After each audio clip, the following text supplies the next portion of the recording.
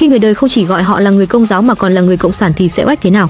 Linh mục Phêrô Phạm Bá Trực, sinh năm 1898, mất năm 1954, Phó trưởng Ban Thường trực Quốc hội, tương đương với Phó Chủ tịch Quốc hội ngày nay.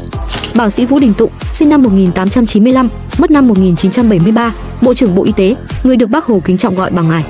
Giám mục Đa Minh Mata Hồ Ngọc Cẩn, sinh năm 1876, mất năm 1948, Cố vấn Chính phủ Việt Nam Dân chủ Cộng hòa.